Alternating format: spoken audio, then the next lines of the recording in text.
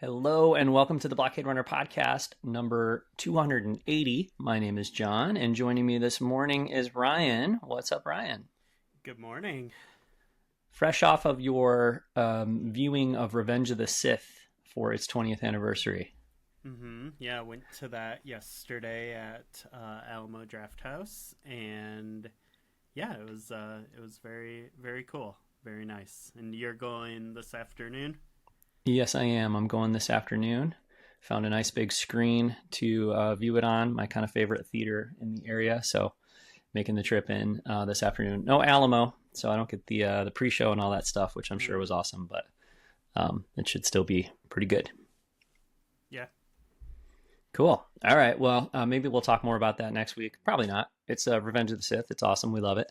But today we're here to talk about Andor season 2 and the first complete arc, which aired earlier this week. So yeah, we're gonna dig into all 3 episodes, which were of course all released together on Tuesday, and just a couple days to go until the next 3 episodes land. So we talk about these now because we've got to get ready for the next set of episodes. But yeah, we're gonna dig into all 3 kind of together as once, we decided. So rather than going episode by episode, we've kind of organized our ideas here by character arc, or sort of, actually I did it in the notes like by planet, basically by location. But yeah, we're gonna kind of look at each arc as it plays out over the 3 episodes at once to try to attempt anyways to not have our podcast episode be longer than the 3 episodes combined runtime, yeah. Which we're certainly capable of accidentally doing. So we're going to dig in. So the first arc we're going to start with is the Cassian arc. But maybe before we do, if we want to just kind of share our overall experience and kind of like brief reaction to these 3 episodes, and then we'll kind of dig into the specific arcs. So Ryan, what was your experience like watching these first 3 episodes? I mean, how did you watch them? Did you watch them all at once, and how did you feel about them as you went?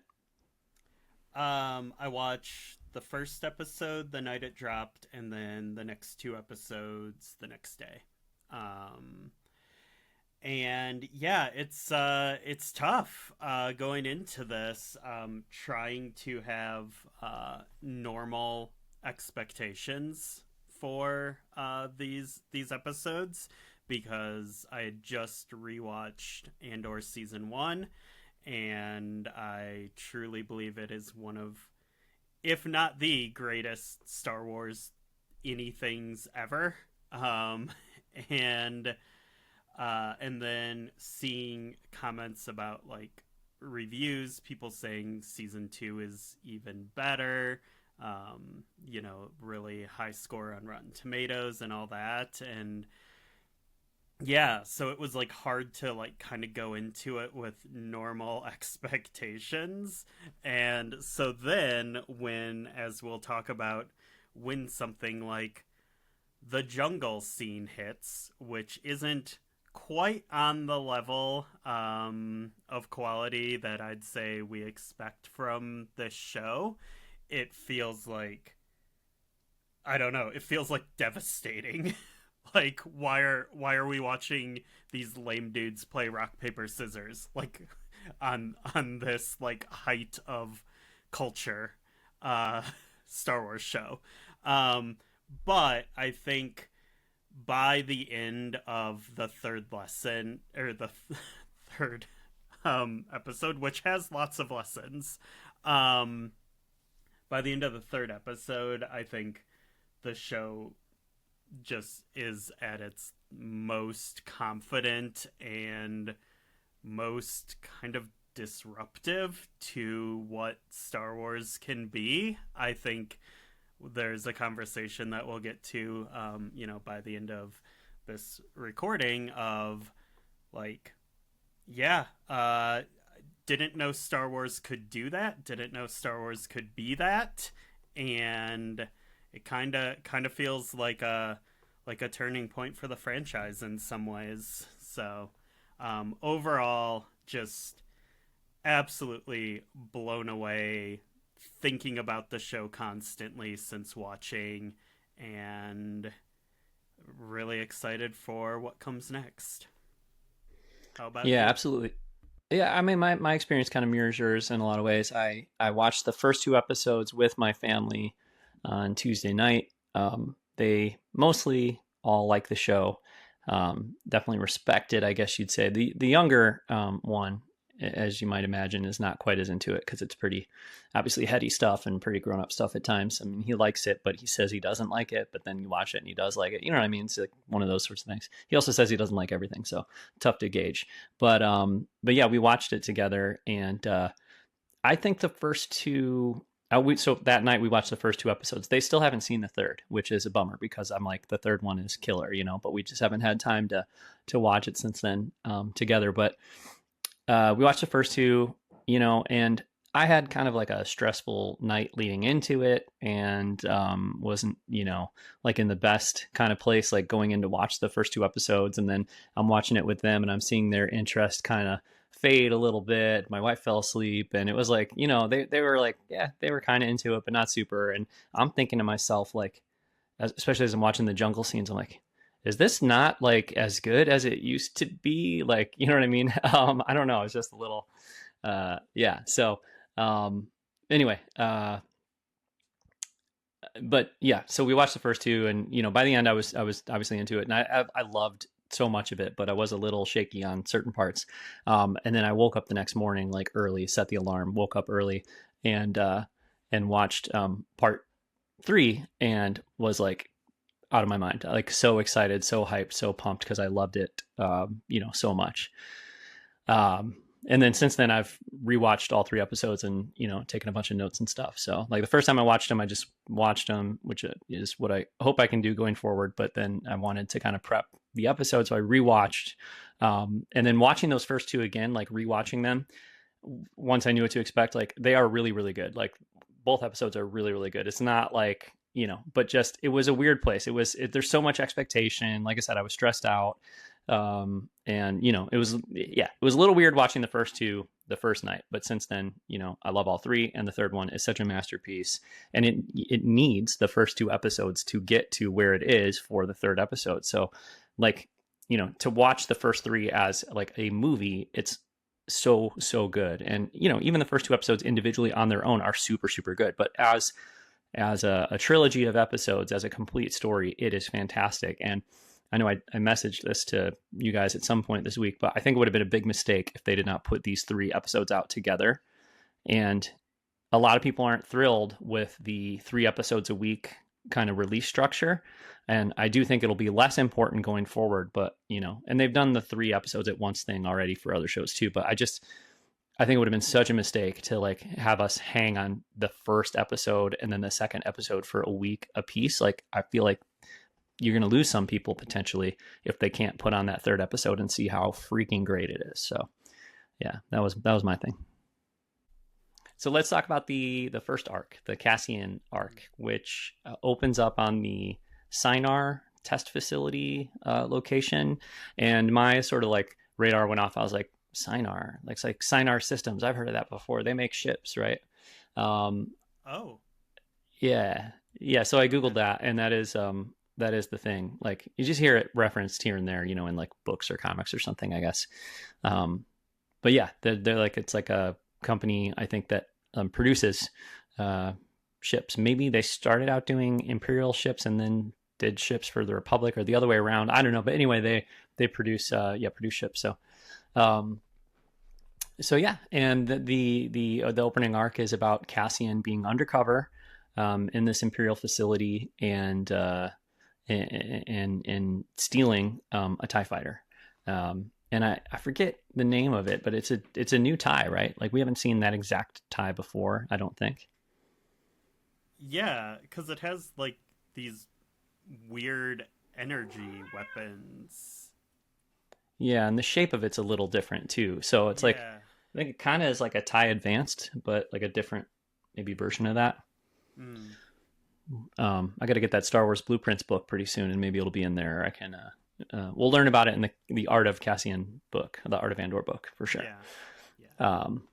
but yeah, so he's there to steal the ship, and of course he does. But beforehand, he has this great conversation with one of the sort of employees or Imperials there, who's also helping out the rebellion and undercover. And I just thought it was such a great way to open the season because they're talking about the risks and the stakes of being in the rebellion, and Cassian was so great because she was like trying to follow the rules. I'm not supposed to look at you.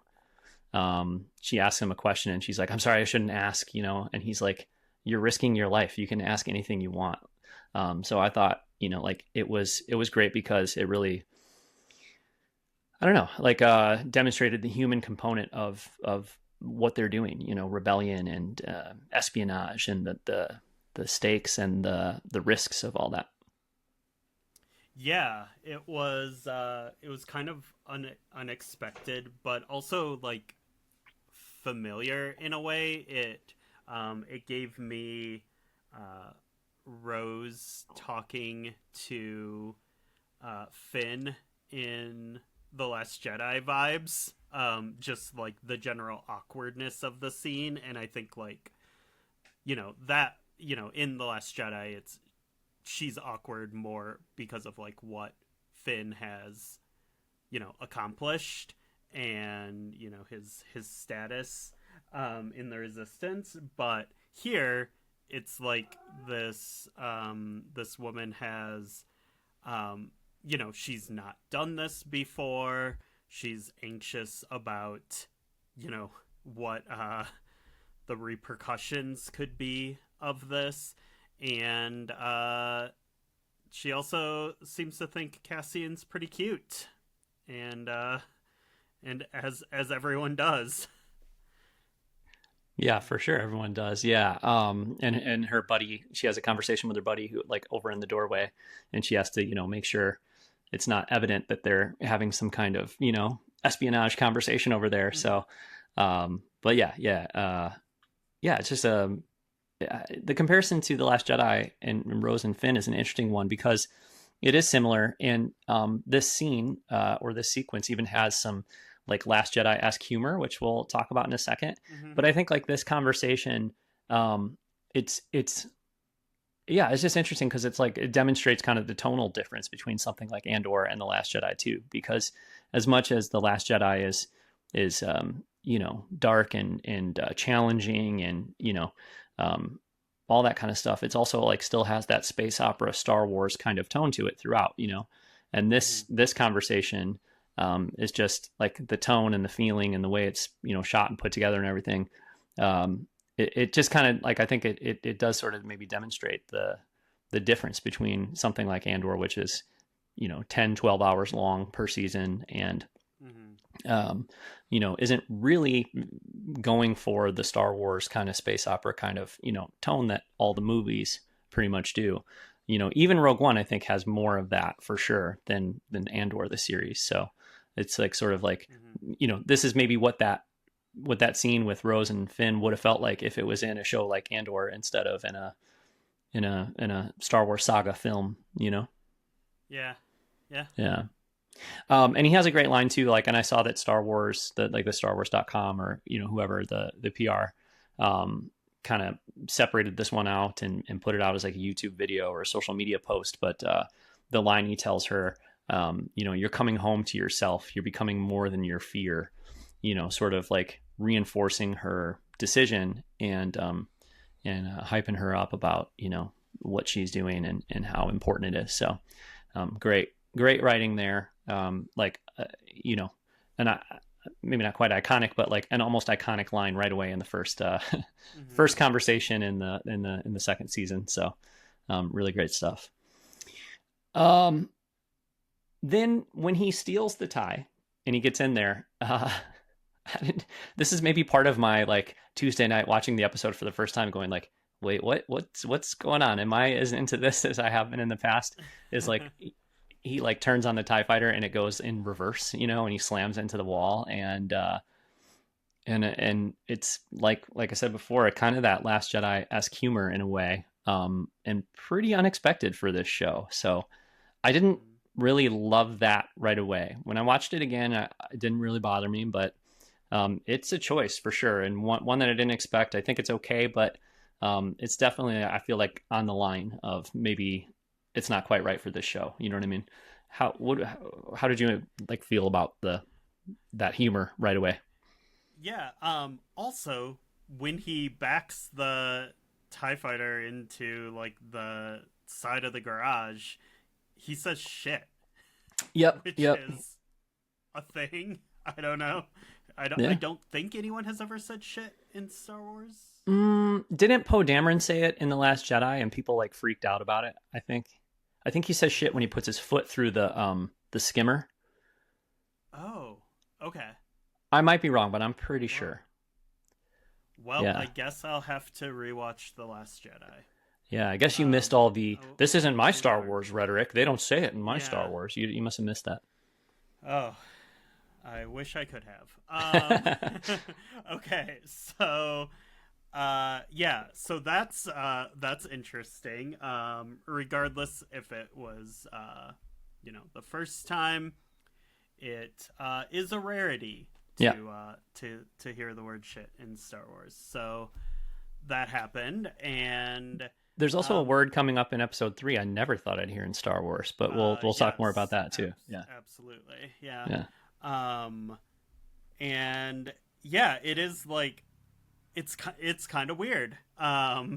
It feels like you know one of the like a moment that could be in I think it would fit in literally any film. I just obviously watched Revenge of the Sith in the theater, and for all the darkness in that movie, there is also some very goofy humor in it, and I could see like Obi-Wan doing that with the ship he's stealing in the prequels, and then Anakin making a snide comment or something. Like it feels like it could fit anywhere in Star Wars, kind of except this show. um but there it is. Maybe this is Tony Gilroy embracing his love of all things Star Wars now. Um, but yeah, it's fine. I don't think it like totally took me out of it, but it was kind of like, oh, okay, this is not how I expected the show to start. Yeah. But what I will say is in this scene, um, you can definitely see where the ridiculous budget for this show comes in, because this this looked like a movie. Like Mm, that scene in particular was like, yep, that could have been, a Star Wars movie. yeah. It looks so good. Every moment of this show looks unbelievable. Like it is gorgeous. The show is absolutely gorgeous. There's one scene of a speeder in the third episode where I was like, it looks like it's kind of just. I mean, it looks fine, but it was like the one moment where I was like, When it's going through the wheat field. no, no, this is No? the Okay. speeder that Tay Kolma is being driven away in at the end that Cinta is Oh. piloting, and it does not think it looks bad. It just it looks, I don't know, just more like, I just noticed that shot a little bit, going like, oh yeah, that's a pretty special effecty looking shot, Mm-hmm. and just, I don't know. Sometimes like ships flying and landing and stuff in the Star Wars TV shows have looked not always quite perfect, Yes. you know. But it's the most minor thing. It's and it doesn't. It's not like I'm saying it looks awful or anything. It's just like one moment I noticed where I was like, okay, that's like so or whatever. But otherwise, like every environment, every set, it just all looks so like gorgeous. It's beautiful. Mm-hmm. Mm-hmm. Yeah. So Cassian steals that ship, steals a tie, gets away. Like, I mean, it's kind of exciting, like flying through the that planet, and being chased by ties, and he blasts some, like some of the mountain to have it fall in on the tie and take him out. I mean, it's like a fun Yeah. Star Wars sequence. So Yeah. it's a really great. really great like opening scene. There's some great drama with him, and that conversation he has with the fellow rebel, and some great action there. So yeah, it's kind of definitely like a great opening sequence. Yeah, it literally feels like you could start a Star Wars movie with Oh, that for sure. scene. Yep. Yeah. Yep. Yeah. But then he gets the tie out of there, and ends up landing on. This is all takes place on Yavin 4, right? Um, where the rebels are on that jungle planet. I'm nearly positive it's Yavin 4, but I was like, did they? They didn't say, did they? Maybe they did. I don't know. Oof. But he goes to the jungle planet, and like when he's leaving at the end, later on when he's leaving the planet again, you see like the temples, like the Yeah. temples on Yavin. I'm almost positive it's Yavin, and I was thinking it was even before all that stuff. So I don't know if I read it somewhere or if they. I Okay. mean, they usually put the name of the planet up, so maybe they did that, and that's how I knew. But I think it's Yavin 4. Okay. But yeah, so then he lands there, and he's looking to meet up with Porco, which is a Mm-hmm. funny name for the person he's going to be meeting up with. But Mm-hmm. he's looking to meet up with Porco there. That's the mission. That's what Luthen and Clea, and that's what he's been told to do. But Porco is not there, and instead there is a dysfunctional group of rebels who take him hostage because they think he's an Imperial, and they spend most of the rest of the episode bickering about that, and threatening him, and basically, not believing he is who he says he is. Um, yeah, we have already mentioned that maybe this is not our favorite sort of sequence and our favorite group of characters. It was pretty off-putting to me the first time I watched it. The second time, it didn't. I don't know. It felt more right, or it didn't take me out as much, or whatever. But I do Mm-hmm. think, yeah, there's just something about the kind of the interactions between these characters. Maybe it's a little bit of the performance from some of the rebels there. It feels a little, I don't know. It just feels. I know I messaged you this at one point too. It kind of feels at points like they're acting in a different show that's not Andor. Yes. Mm-hmm. Yeah. So not my favorite part. Yeah, I think there's like a few different factors here which makes it off-putting. For one, like everyone's very like annoying looking. Mm-hmm. Like everyone in this group has the worst hair you've ever seen in Star Wars in like various ways. And so it's partially like I don't want to look at any of you. Um and I don't know why they like went with like had dressed the actors up like they did, had them look the way they did here, but it's like everyone just like looks annoying, and then their actual conversations are like insufferable, and like they're yeah, it's like kind of goofy, but like it's not actually funny. So like Yeah. there's moments that I think are being played for like comedic effect, but they're like literally not funny. And so it's just like they're just like these really annoying people. Um and um yeah, like they introduce you to all of the characters and the conflict between them and the relationships between them, but it's like impossible to care about any of them or Yeah. about any of their stories. And then like by the end of it, like a bunch of them are dead, and then it's like I have never been affected less by the deaths of characters in Star Wars than when these guys all shoot each other. Um, yeah.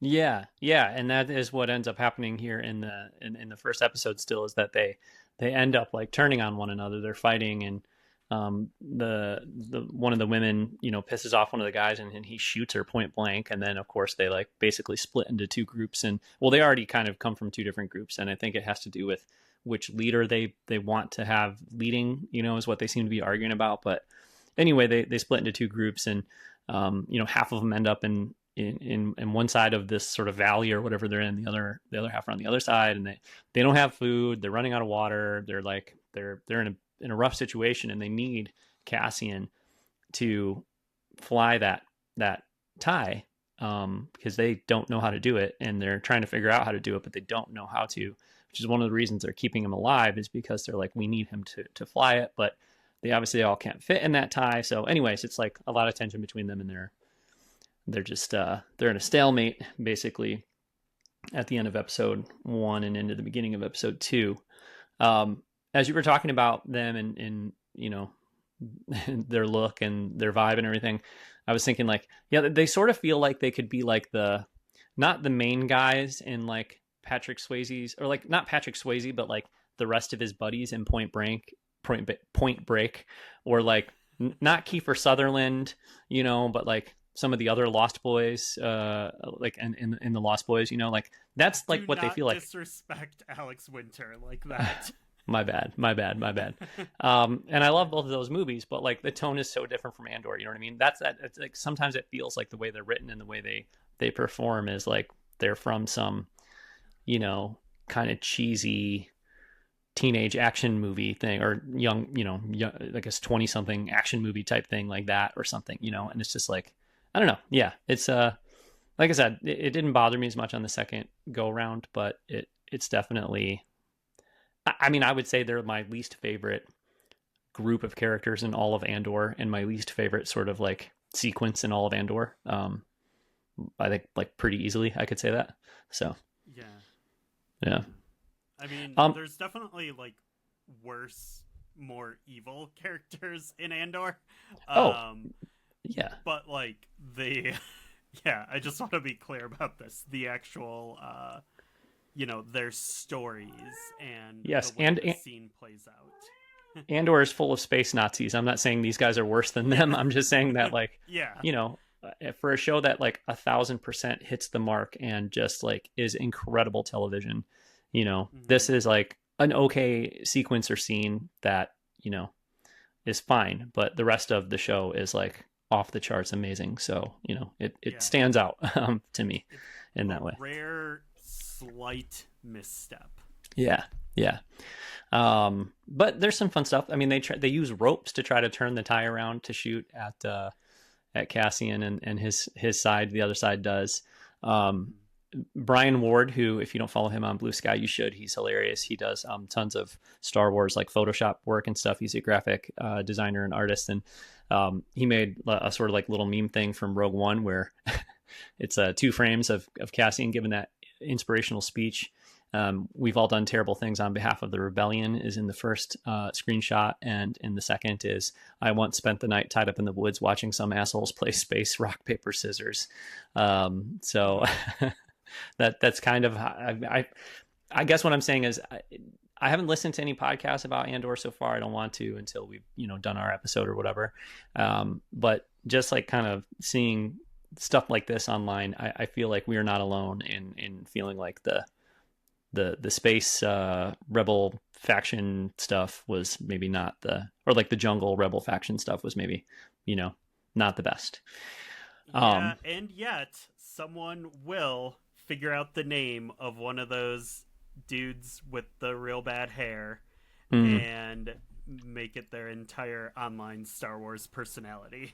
Yeah. Okay. Yep. That's for sure probably true happen. Too. Yeah. But I will say though, like from kind of thinking about it because Tony Gilroy wrote all these episodes, and he's an incredible writer, and thinking about it from like the perspective of like, well, what is the purpose? Like, why did he write in this stuff? You know what I mean? Like in this incredible show. And I think that it does accomplish some things as a sequence, right? Like it definitely demonstrates that there's a need for leadership, within the rebellion, because otherwise you have people like splitting into factions and stuff. I went to a protest a couple of weeks ago in my town, and there was a young person with a megaphone that was, kind of like they had their messaging or their talking points or whatever, and an older person was trying to rip the megaphone out of their hand because they didn't like what that person was saying. So, I thought of that immediately, like watching the scene. It's like, yeah, that kind of stuff happens, right? So you do, there is probably a need for leadership, because otherwise you're just going to have all these bickering, like different subgroups or whatever, right? So I think the scene or the sequence or whatever, because it's more than one scene across a couple episodes, but the sequence definitely kind of demonstrates that. It shows like Cassian as resourceful and special, you know what I mean? Because he's able to sort of get himself out of this situation. So it builds him up as sort of a hero or whatever. And then, you mentioned it earlier, but a couple times watching these 3 episodes, it feels a little bit like Tony Gilroy. It's like, let's get some Star Wars stuff in our Star Wars show, like with some of the action sequences, and with the big dinosaur coming out and, attacking them. It's like, it does that too. It does bring some Star Wars, stuff like that into the mix. So yeah, feels like a flex when he does that. Yeah, like he's like, yeah, we're making the greatest Star Wars thing ever, and it's like hyper mature and really thoughtful, but we can also just bring in like a dinosaur to attack NBD. Like, right, yeah. Right on. So that does not conclude Cassian's story in these arcs, but in the 3rd episode, he's really, that concludes that like kind of segment, and then the 3rd episode he ends up with Bix and Brasso and everybody else. So we'll kind of come back to that. Yeah, and I will say the other purpose that this serves is getting Cassian away from those other characters. Yeah. So that, for one, he's not sucking up the oxygen on screen. And like, it's not all just focused on him when you're in there with like Bix and Brasso and them, because it gives them room to have their arcs in these episodes. And then it's also, you said, like, Cassian is smart, he's resourceful, he springs into action when he needs to, and that also is like, kind of showing like why he is why he's the guy for all this, why he's the guy for the show and for Rogue One, because like it's kind of hard, like it's a good problem to have when your show is so filled with these incredible, complex, driven, powerful, thoughtful characters. Like, it's like, well, why isn't Bix the main character of this? Like, why isn't Luthen the main character of this? Why isn't Mon the main character? Like, they all could be, like, any of those characters could carry a Star Wars show. Yeah. And they could carry this show. But it's like, well, this show is Andor. And so you also need to show why. Like, Andor is the character with the most to prove in this show. Like, and it's a really good problem to have. Yeah. Yeah, in some ways, Mon is the main character for me because I love her and I love her storyline so much. But I love this Rebel crew too of Cassian and Bix and B2 and the others. But we'll come back to them in a little bit. I think now we should talk about the Krennic and like Coruscant stuff, Dedra and Syril, which I can't wait to talk about. But we should talk about yes, sort of those so storylines. much to unpack. Yeah. So the first kind of look we get at some of those characters and that part of the story is in a place called the Malthine Divide, which I don't know that I have heard of that before. I don't think I have, but I'm sure it may be out there somewhere. But that's a location, as far as I know, where Krennic is holding a secret meeting on how to deal with the Gormans. And I know we've heard a lot from Tony Gilroy and others about how, kind of important the Gorman massacre is in this season of Andor, and specifically to Mon Mothma. And when they started talking about that, I was like, because he was talking about it in the terms of like, well, this is something we know happened. We know it from, I think, either Clone Wars or Rebels. It's discussed, but there's not much out there like canon wise about what it is. So Tony Gilroy's actually sounded kind of excited about, in a couple different comments I've seen from him, like excited about, I get to be the one to sort of like fill in the canon about what happened there, and kind of like, kind of fill it in and tell that story, and actually, define what the Gorman massacre is. So, yeah. So when we meet Krennic and the other Imperials here, they're having this meeting to talk about like, what are we going to do with, the Gormans, basically. Okay, one thing I just want to add about Yeah. the Gorman massacre thing. Yeah.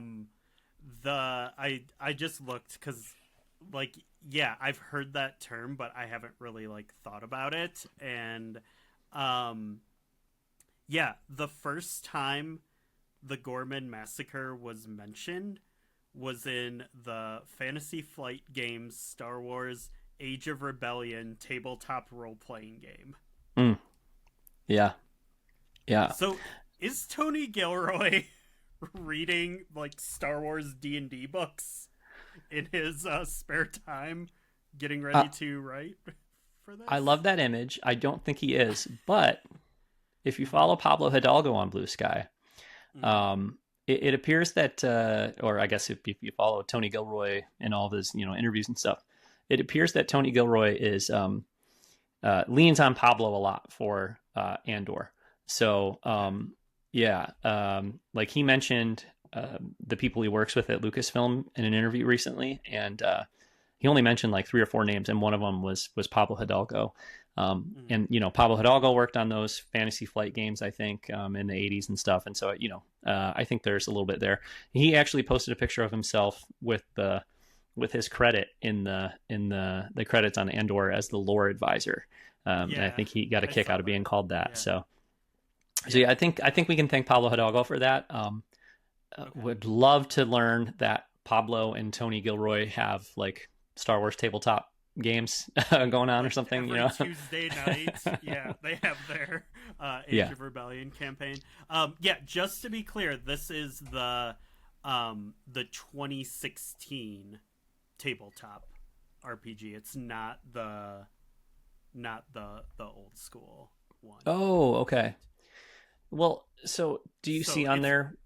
Do you see on there like what was it? Was it Rebels then? It must have been Rebels when it was first like kind of mentioned in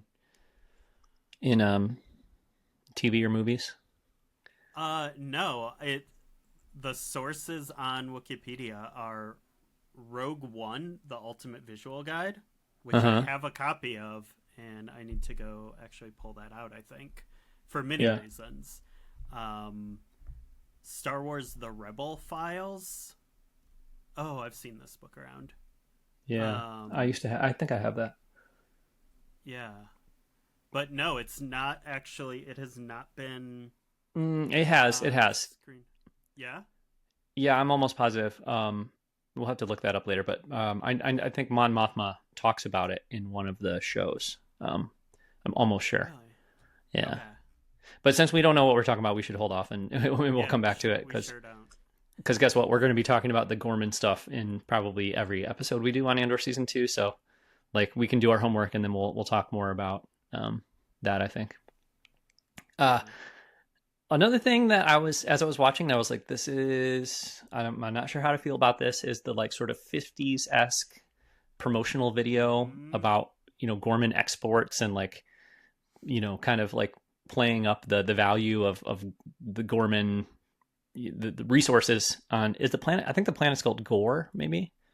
But anyway, the resources there. So it just, I mean, it makes sense, especially from like a writing perspective or whatever. It makes sense because, like, what do you call them? Like commerce departments or whatever, like the bureau of like business development, or something, like Mm-hmm. they put together stuff like that, right? They put together like promotional videos, and they're usually kind of corny and whatever. So it's fun, and I think they did a good job of capturing like a very specific kind of feel and vibe in that. Um, Mm-hmm. but again, it was borderline silly to the point where I was like, we don't do this in Andor. Like, we don't get goofy like this. Like, what's going on? This is like, we already had a TIE fighter flying backwards into a wall, and like this is, you know. Uh-huh.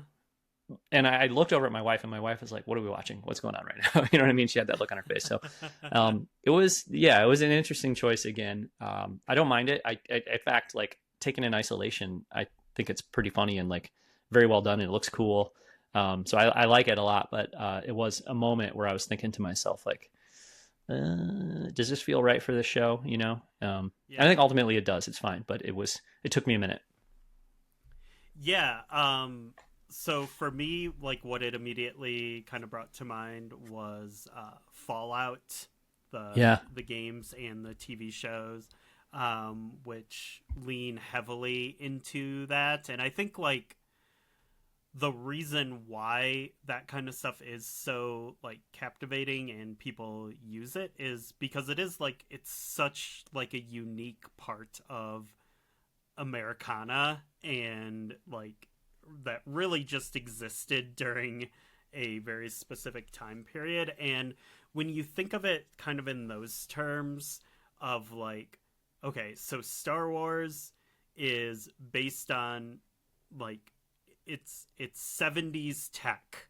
So like all the tech is, straight like 70s MIT computer lab tech. And that's what you want, that's what you expect. And then so like it kind of makes sense, like the Empire would mm, create something that was maybe you know based on tech and culture from a few years prior. I don't know, for like it was jarring at first, and then it kind of fits in a way. But yeah, I don't know. yeah. Like I said, I mean, like I think it fits. Like in the real world, I could definitely see stuff like that for sure. You know what I mean? It's just one of those things where like the tone is, yeah, just kind of a little lighter than we're used to. You know what I mean? So, but it's doing so in a way where it's like it's like dark. You know what I mean? It's light, but it's dark at the same time, because it's like it's silly, but it's like this is the kind of bullshit that you know um that would be used to try to like put a positive spin on weapons of war, or you know what I mean. In this case, I guess like uh well, they're just trying to sell their exports, I suppose, or sell the idea of their planet. But the Empire is kind of using it in uh, a pretty dark way. And actually, like, so in this meeting, they're talking about like the well, the video is about the sort of Gorman spider twill that they do, or like and they can make like super strong like fibers or whatever out of. But like what they're really looking for on Gorman, I guess, is um calcite or calcite, Uh-huh. and they need that to coat reactor lenses, which I think we know what that means. But it's discussed as part of the Emperor's energy initiative, which is the Mm-hmm. centerpiece of his plans. So I think we, as a Star Wars loving audience, know, hey, they're talking about the Death Star, but they don't, they're not calling it that. Even though the people in this room, Krennic tells them like, your superiors might not know about this. If they're not in this room, they don't know about it. You can't talk about it. Like, this is super, super important. I think partially because they're planning to like obliterate an entire planet and people, but also because like clearly this is for, the Death Star, and um, not everybody knows about the Death Star, right? So Yeah, and I think of many things that like hit home, especially right now, being living in America. I think like this idea of like um, in energy independence plan is very, very much a thing, and it is also a thing for um, our country and our government as a whole to interfere in other countries, production, their exports, their natural resources, and for us to kind of destabilize them or take control of their countries in order to, get those natural resources, those things that they're producing to, make what is theirs ours. Yeah. Yeah, for sure. And what they want to do is gouge mining, they call it. And they talk about it like, oh, there's a chance of total collapse of the planet because you have to like mine through the core of the planet. And so, yeah, but they're really trying to put this like whole spin on it. There's these two guys that are at the meeting. I don't know what their role is, but they get up and they start doing their whole sales pitch about it. And they're basically like bragging about how they plant stories about Gorman resistance to imperial regulations, which like are not real, but they're planting them to make them look like enemies of the empire. And they go on and on about their I don't know, their moves they're making, and they're super smug. And it's so gross and obnoxious that Krennic has to like interrupt and be like, okay, we get the idea. Like enough of your, your bragging about your evil, propaganda that campaign you're running or whatever. Yeah. Which, worse. Like, just, yeah. like business bros, government bros. Like, yeah. Yeah. And that's kind of silly too, but I love that because I was like, yep, those guys definitely are real guys. Like they exist for sure. Yeah. But they're not super effective because like Dedra, Krennic has like a private conversation with her, and he basically tells her like, you think people can't read you, but you need to get over that because I know that you are not buying into this. So I want to know like what's your deal or whatever. And she suggests that the Whisper campaign, which is basically what those guys are talking about, right? Like just plant a bunch of lies to make it seem like, the Gorman are like enemies of the Empire.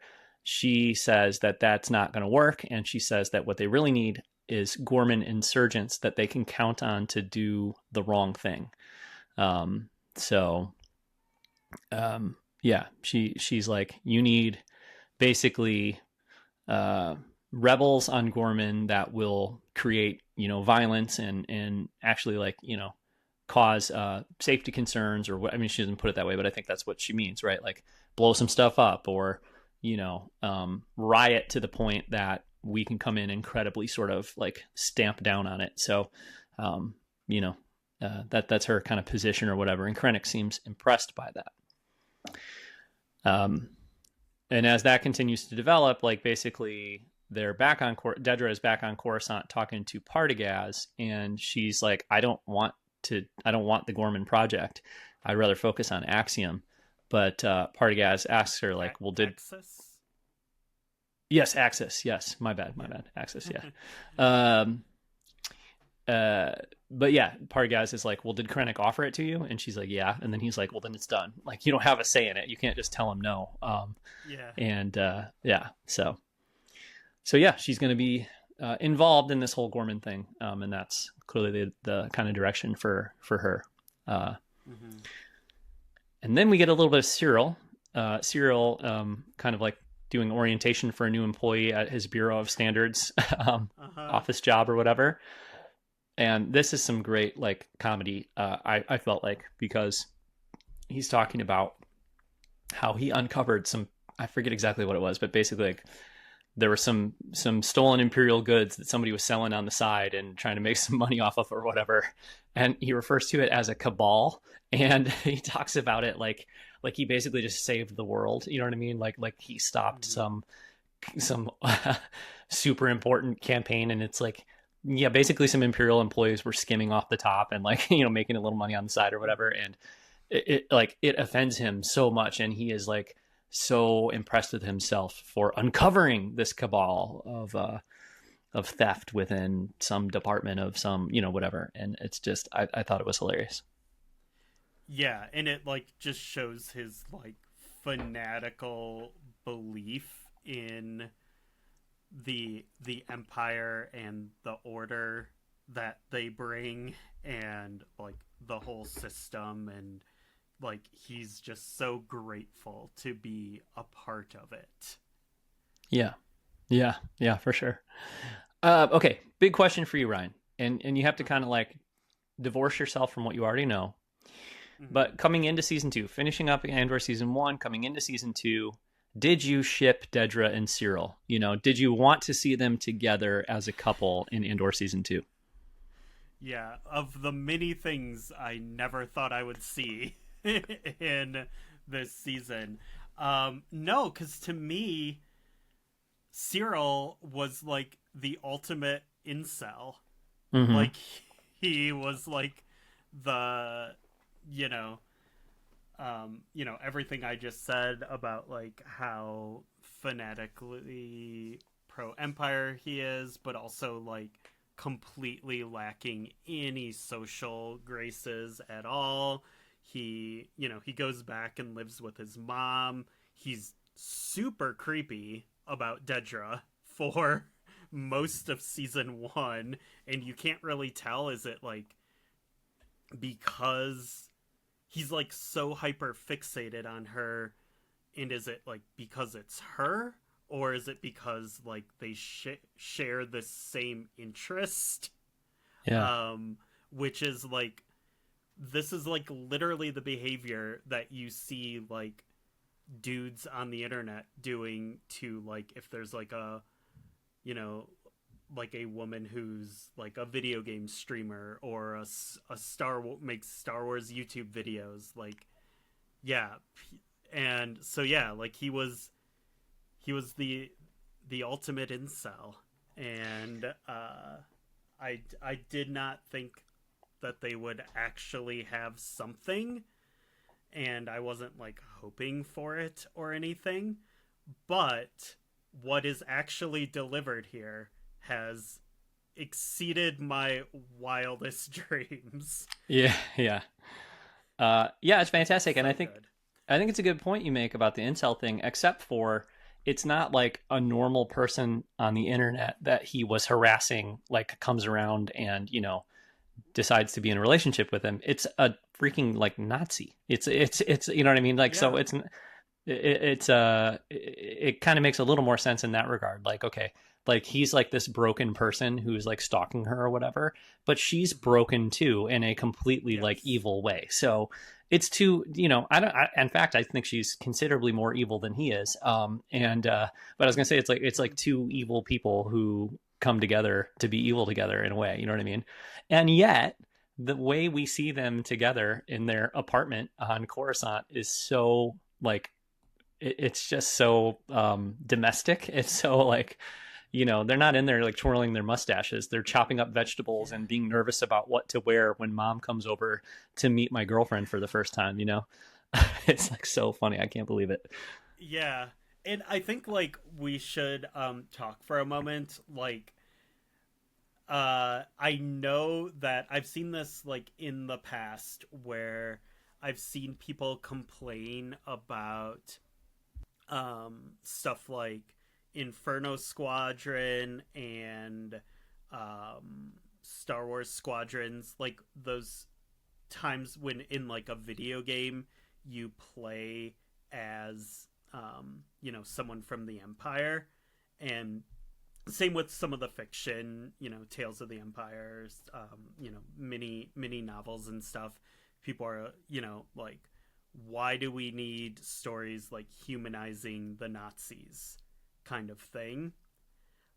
So I'm wondering if there will be kind of a similar reaction here. Even like Kylo Ren stuff, like people would get pissed about Reylo stuff because they're like, you know, Kylo Ren sucks. He's a big space Nazi, and like I get that in a way, like, but I think it, for one, none of this is real, and these are not like actual Nazis or anything. This is not, a New York Times op-ed about why, you know, Stephen Miller is good actually, and his hobbies and interests. Like this is, this is fake in space, but I do wonder if we're going to see a similar backlash to this, or if it's like done so well and in such a compelling way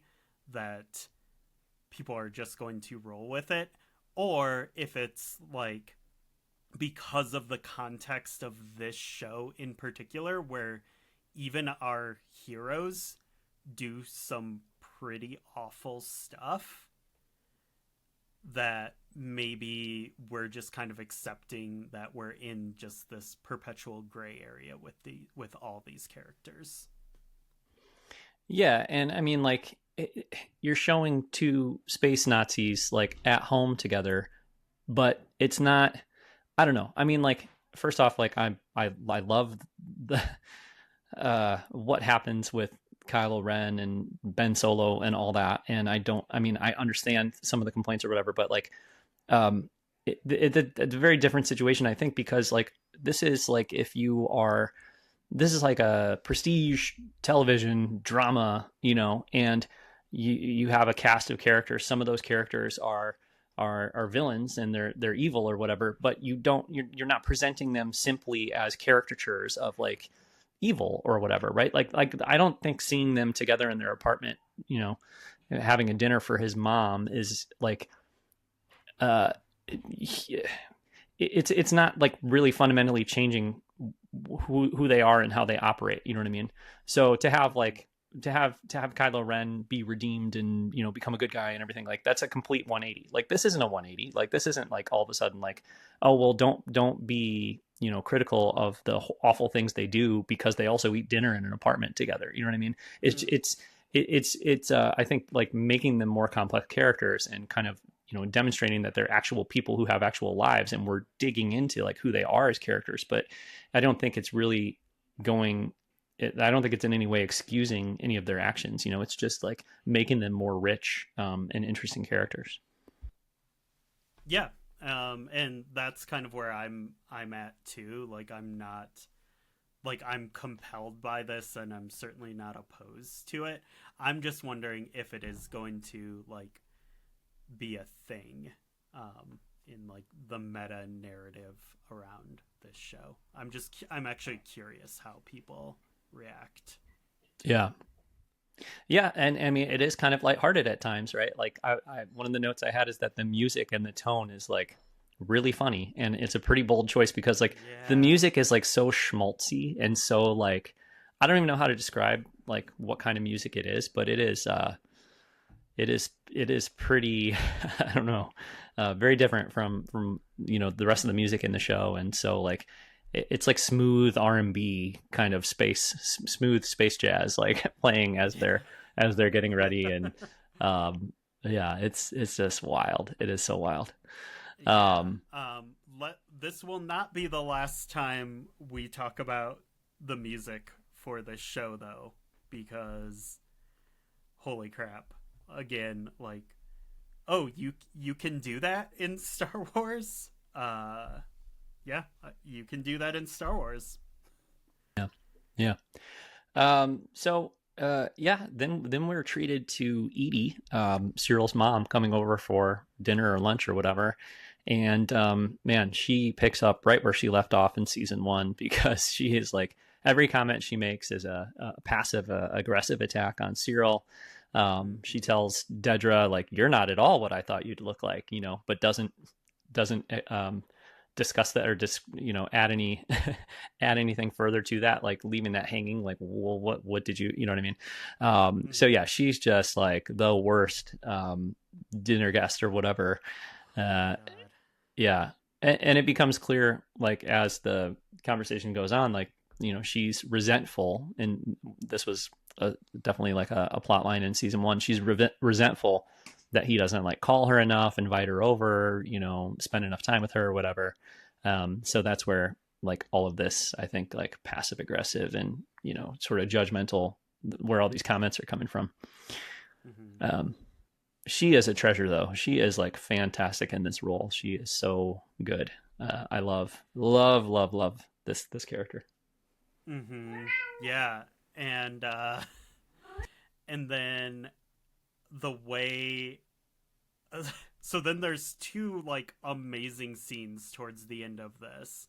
One where Syril just goes and face plants on the bed and just lays there motionless because like this is his personal hell, and he just completely disengages and disassociates from it, which is just such an incredible shot.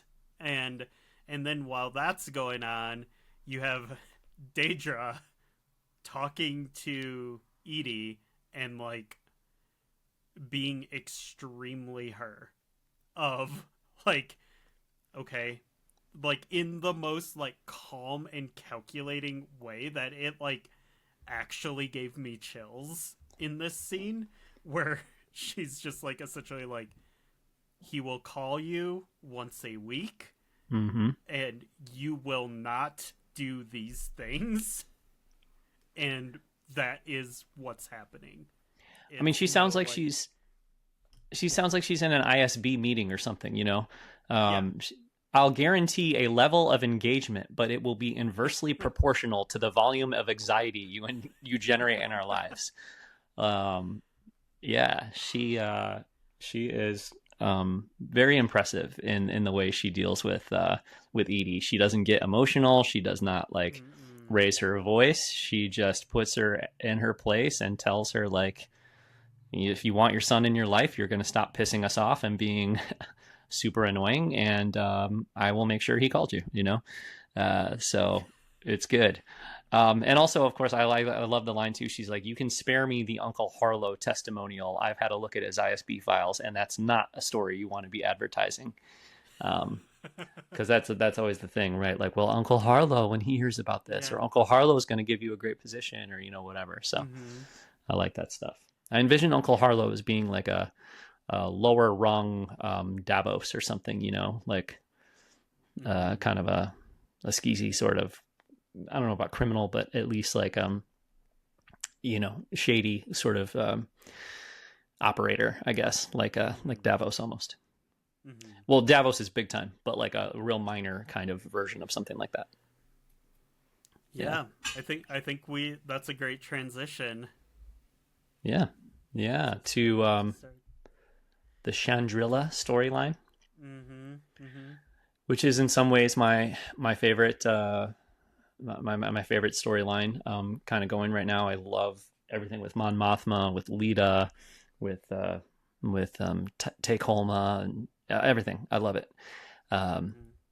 and when we get a little bit of it in the first episode, it's all wedding prep, right? So of course Lita is going to be marrying Davos's son. This is, obviously something that was set up in season 1. It was not like 100% confirmed, but it was pretty clear that Mon Mothma was going to have to do this. So yeah, we get some wedding prep, like some really like an incredible set, and yeah, just introduces it, like brings a lot of characters sort of back into the show. Mon Mothma and Perrin, of course, Lita, Davos and his wife, Tay Kolma, and this is where Val and even Cinta kind of come back into things, as well as Luthen and Clea too. So many of the characters who aren't directly involved in like the sort of more action stuff or the Imperial stuff are somehow, like, it's actually shocking that it makes sense and works, but they're all kind of together on Chandrilla in this wedding storyline. Mm-hmm. Yeah. When I heard Luthen's voice, because you hear Luthen like, oh, there's a guest here or whatever, and you hear his voice before you see him, I was like, no way can Luthen be like at this wedding with, Mon Mothma, and it just did not seem like something that would, kind of work or whatever, but it does. I like, none of it feels too forced for any of those characters to be there. Yeah, I think it's like, we always have this issue with Star Wars where it's like these characters keep like crossing paths and it makes the galaxy feel small. Um and I think in this case, like, it truly does make sense because of this incredibly deceptive web of um, the formation of the rebellion that's happening here, and the way that, you know, these leaders and participants in the rebellion are also like connected to all this power and money and politicians, like the way, um if you put this all out on a chart of like relationships between these characters, like it totally makes sense. And you think of like, our own um political system and everything, and you could totally see that if, like, a senator was, getting married, you would have, there would be like lobbyists there would be business people there, you know all of this stuff. So it, like, I think it really makes sense, and it just creates this incredible tension throughout, which is already like a like there's enough.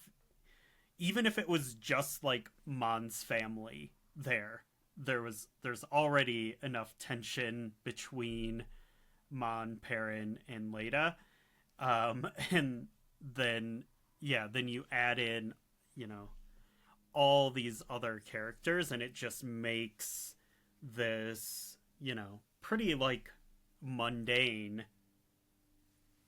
uh story into like this incredibly tense, layered conflict where, you know every word that anyone says has like triple meaning.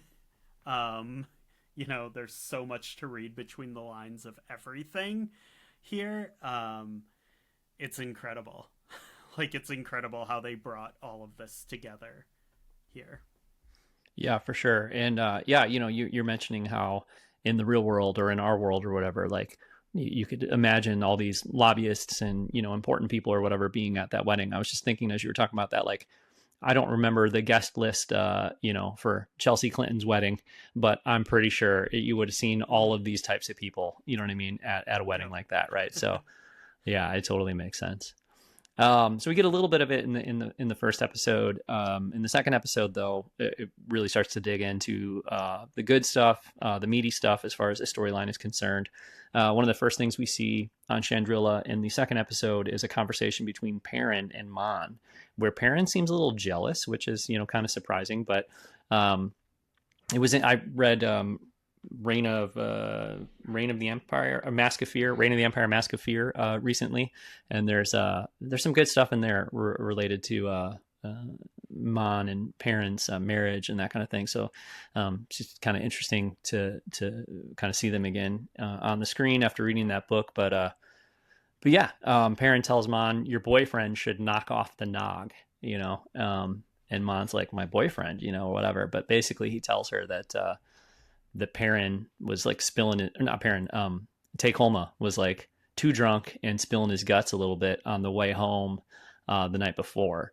And he doesn't really get into what he was saying or exactly who he was saying it to. I mean, I feel like he was saying that Tay was saying all this stuff to him, but then like the more you think about it, it's like, or was he saying it to somebody else and it got back to Perrin, which is even maybe more scary, you know what I mean?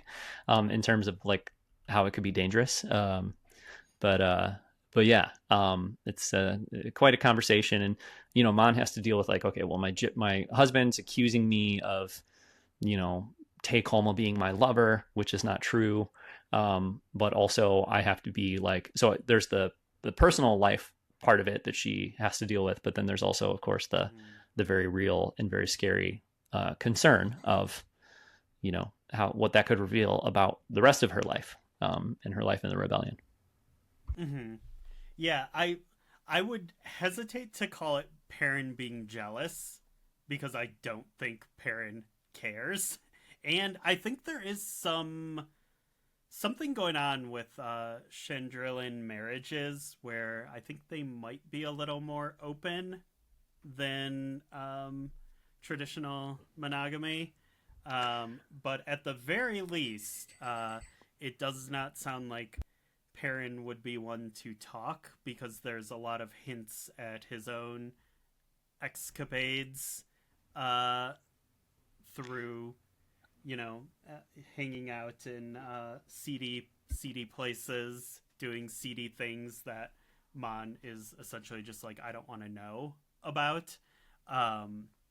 And also, like, anytime you see Perrin in like one of these party scenes, like he always seems to be kind of like talking, flirting, etc.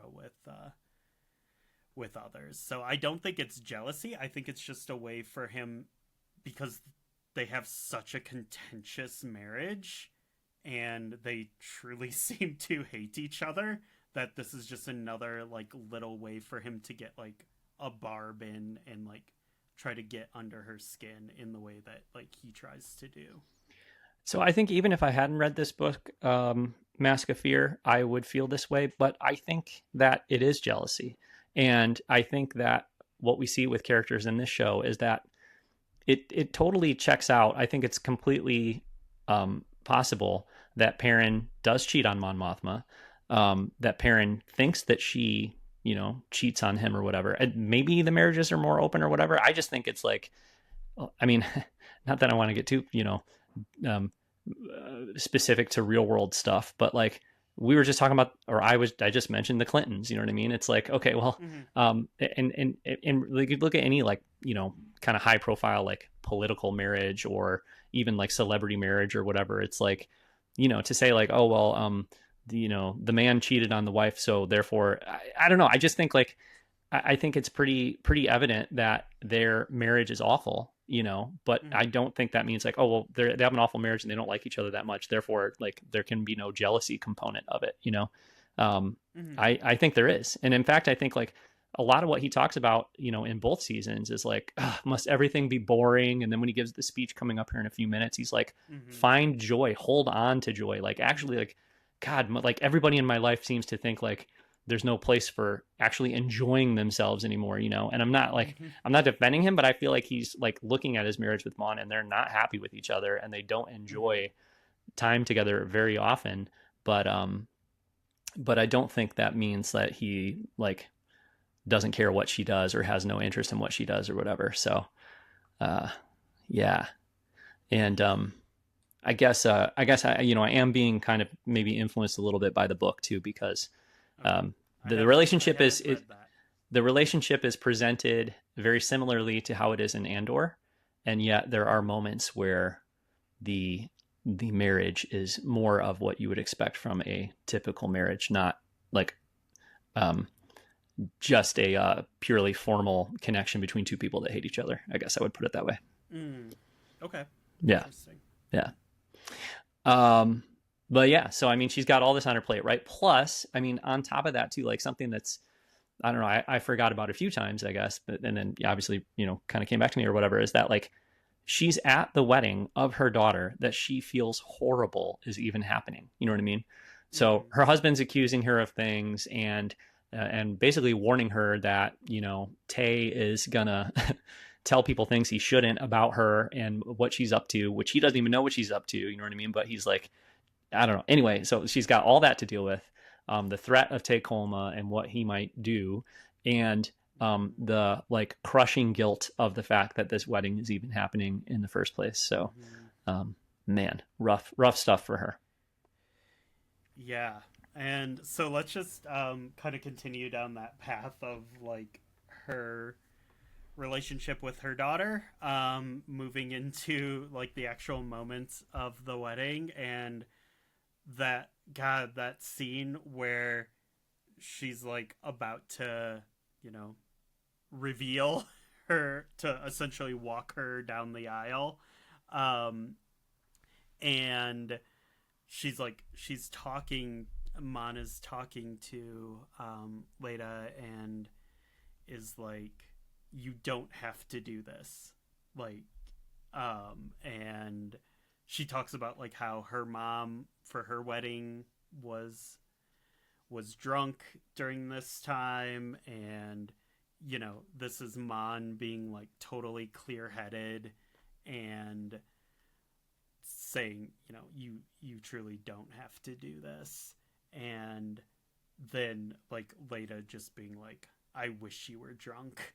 And like she's so into this, and we kind of know this about her, because like she, you know, she chooses to have like whatever these Chandrillan Bible study classes are, and like all this stuff that Mon is like, is that really my daughter, kind of thing. And she has like adopted this like very, very conventional conservative Chandrillan view, and she's like, yes, I want this thing, I want this arranged marriage when I'm 14 years old. And yeah, which is just wild. And then yeah, she just sends her out there, and they kind of go through all the motions, the traditions, the weird sticks on the grounds, the ropes on their heads, the Lord of the Dance, all of this stuff, which is like, it's cool visually, and like contrasting that with, you know, just shots of like Mon's face is just pretty incredible. Yeah, I mean, I feel awful for her because she is being a very good mother in that moment, and like trying to be honest and earnest and like stop her daughter from making the same mistake that she made, even though her daughter like is diving, you know, headfirst into making that mistake and really wants to do it. But like she is, you know, being very vulnerable and honest with her to try to help her make a better choice at her own peril. Like, it's not going to be a good thing for Mon Mothma at all if Leda does not go through with this marriage. You know what I mean? And yet she's still trying to encourage her to make a better decision, and all Leda does is, you know, treat her like shit for it. So you know, it's awful. I feel so bad for her. Yeah. And then, you know, as you said, there's the whole ceremony and the ritual and all that kind of stuff, which yeah, is, I just thought it was interesting too, that like it's definitely intentional that in the opening scene when Andor's Cassian is talking to that, you know, rebel plant, or, you know, I guess the Imperial traitor, whatever, defector, who's helping him steal the TIE fighter, he's like, you know, he refers to it as like joining the circle of the rebellion. You know, you're entering a circle or something like that. And then in the wedding, they talk about joining circles. They walk in a circle. There's a big circle on the floor. So it's like this total parallel imagery of, you know, kind of making a commitment to something. And yeah, it's it's really interesting the way they chose to kind of use that same language and kind of parallel those two ideas, like entering a marriage and entering the rebellion. And I don't know, exactly what the intention is there, if it's the idea that, like, when you are getting married, you're making a big commitment, you are choosing, like, to give up part of yourself for somebody else, if that's like the parallel that they want to make, or kind of what the idea is. But definitely that language of a circle, becoming a part of a circle, etc., is present in both of those parts of the show. Mm-hmm. Yeah. The other thing we need to talk about with this wedding on Chandrilla is Take Homa. I mean, we've mentioned him, but the way that wraps up, because Luthen is there and Mon is kind of like updating Luthen on like Take Homa. And basically like Tay pulls her aside a couple times and pretty much tells her like, I need like to be made whole. I need to be paid for what's going on. And it's a total betrayal on his part, basically. And it's pretty surprising because in the first season, Yeah. he's like, "Oh, my politics might be a little strong for you, or whatever." And so, at least myself as an audience member, I've been believing that Tay is like this really good guy. Yeah, he's probably in love with Mon Mothma, but he also believes in the cause. And it's feeling less and less like that is the case. Yeah, that was like one of the most like sinister performances of this whole show, and this is a show full of very sinister performances. And I was like, I it was like one of those times where I was like, wait, is this going where I think it's going? Like, because yeah, even here he's just like, yeah, I know you're busy, but I just want to talk. Like, I just want to spend some time with you. And you're like, okay, maybe, maybe they have a thing going on. And like and you have Perrin, who is so awful and insufferable. Like, I don't know, there's been points like when I'm watching this and I'm like, man, Mon Mothma should like cheat on her husband. Like, that would be cool. Like, she should just go for it. Like, he sucks. Like, just go cheat on him. And then like, yeah, and you kind of feel like it's, there's something going on there, and that's going to be great. But yeah, there are no happy endings in this show. Um and yeah, when he kind of makes his heel turn here, it's brutal. Because I couldn't tell, like, is he like, okay, I need payment. I feel undervalued, underappreciated here. Is it like, does he want her to sleep with him? Is that like what he's going for? Or does payment mean like actual money? And like, I was trying to like get the vibe, but then it's like, then you have Luthen. When Luthen comes into it, he's like, we need a number. And so that tells me like, okay, how many credits is it going to take to pay this dude off and be rid of him? Or is there another way to be rid of him? No, I don't think so. I think my interpretation is that he is like in love with her or whatever, right? And that I got that feeling in the first season. I'm getting that feeling even more in the second season, that yes, he would love to, like be in a relationship with her or whatever. Like there is that romantic tension between them. And I think like if that wasn't clear enough, like there's no reason to necessarily to interrupt or introduce the idea that him and his wife are splitting up too, which is also something they talk about. Mm-hmm. Um, in this episode or in this arc. So I think the romantic tension is real, and I think it's been there all along. But also, I think it's very like specific and clear in the dialogue here in these episodes that he's like, my investments have soured. You could see how I would feel undervalued. At one point, he tells her, ironically, it's because of the rebellion that my investments have gone bad or whatever.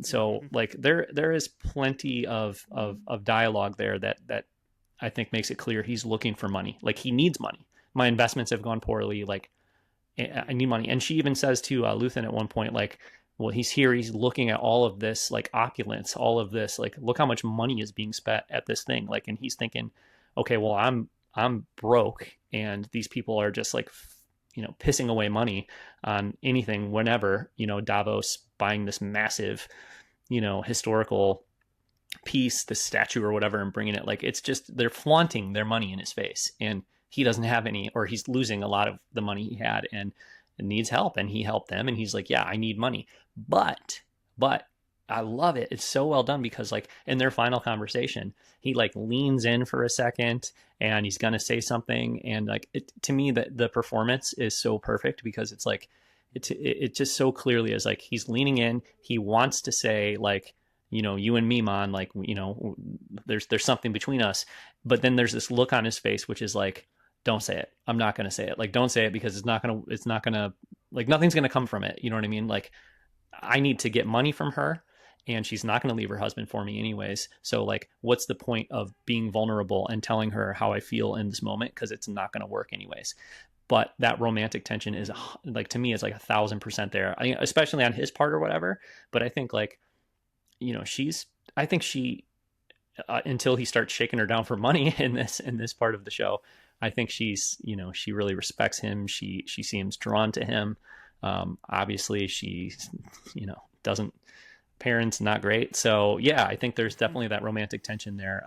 I don't think it's there for her anymore at this point. And I think he regrets having to do what he's doing, and wishes that there was still a possibility of something between him and Mon. But, I think he also understands that there isn't a possibility of that, Yeah. I will say I think it's like, it really is like kind of both. He has, like, there is an attraction there, and whether he wants something secret, something short term, something long term, I don't, you don't know. But I think the part about him and his wife splitting is like super important, because yeah, part of it is like, hey, I'm single now. But then part of it is also like, there are few things in this world more expensive than divorces, especially when there is lots of money there, and there's nothing that can really destabilize your finances like a divorce or separation.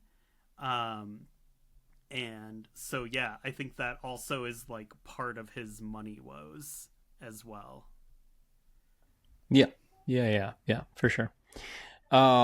So then basically, like, the conversation between Luthen and Mon is, Mon is like, okay, well, we're going to meet next week. I'm going to talk to him. We're going to figure it out. Like, I'll get a number. And they talk about that a couple times, but like the last time Mon and Luthen talk about it, she's like, I'll get a number. Luthen's like, the number, you need to be protected. And she responds, I don't know what you're saying. And Luthen says, how nice for you. That you haven't had to do this stuff all the time like I have. But it's very clear, like, when he says, the number is, we're killing this dude. Like, that's the number. Yeah. It's Yeah. like, he has shown that he knows too much about you, and that he's willing to blackmail or threaten to reveal that information, or whatever. Like, doesn't matter how much you pay him. Like, he's too dangerous, so he's toast. And I think she, obviously, like, she's not going to make that decision. She would not say that to Luthen, but at the same time, like, I get the impression, I mean, certainly by like what happens after that, she knows he's right, and she doesn't even really try to protest it. You know what I mean? She's not scrambling to try to figure out, how can I stop Luthen from killing Tay. She's like, all right, shit, I guess I'll go throw back some shots and dance until I pass out or whatever, because she's resigned to the fact that, yep, Tay is dead. Yeah, and I mean, this is just the culmination of everything that has happened in, obviously, like, the first season, but like in these 3 episodes, this entire wedding experience, like her, the stuff, the problems with her and her husband, the problems with her and her daughter, the and trying, all the hard work that's going into this, while also all of this conflict, and then trying to maintain this facade, this brave face, this happy, proud mother that is not at all what she's feeling in like this very public situation where she cannot break, like, because these are the most important people in the galaxy here. And it all just kind of like culminates with her, you know, this is just like, yeah, then she knows this dude is about to get offed. And yeah, I think like it's just everything is so out of her hands that her like just drinking until and dancing until she blacks out is like it's the only way to prevent like a larger breakdown. I think it's the only thing she can do.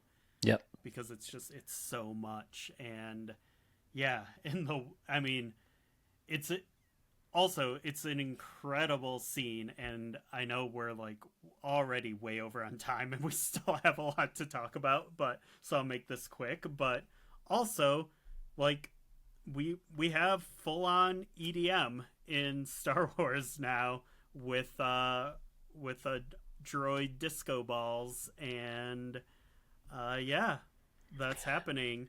It's really cool. Not to be a little so and so, but like it's a larger example though of I think it's the same. I think it's even the same song that played in season one.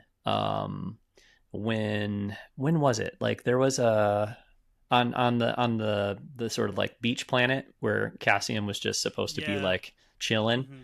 I feel like it's even the same song, but you know, you didn't hear that for very long or whatever. And that was not, it wasn't diegetic. It wasn't like, or maybe it was actually, I don't even remember how it was used, but it was like part of the score more so, you know what I mean? I feel like than like music that was actually being played like in the universe there in the world. Whereas like this is a dance party. And as you say, like DJ Roomba is floating around, blasting that music or whatever. So, it's a tune though. I like that song.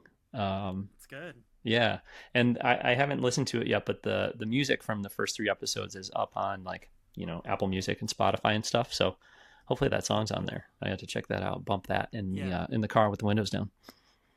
Yeah, and I think for all of the the conversation and complaining about from certain people on the internet about like how Disney just plays it too safe and they just keep regurgitating the same things from Star Wars, which is obviously not the case, and there are so many examples of it. But I think one of like the biggest examples of just the change in this era and like the boundary pushing of like what is Star Wars is like the move from the John Williams symphonic scores to like such a variety of music.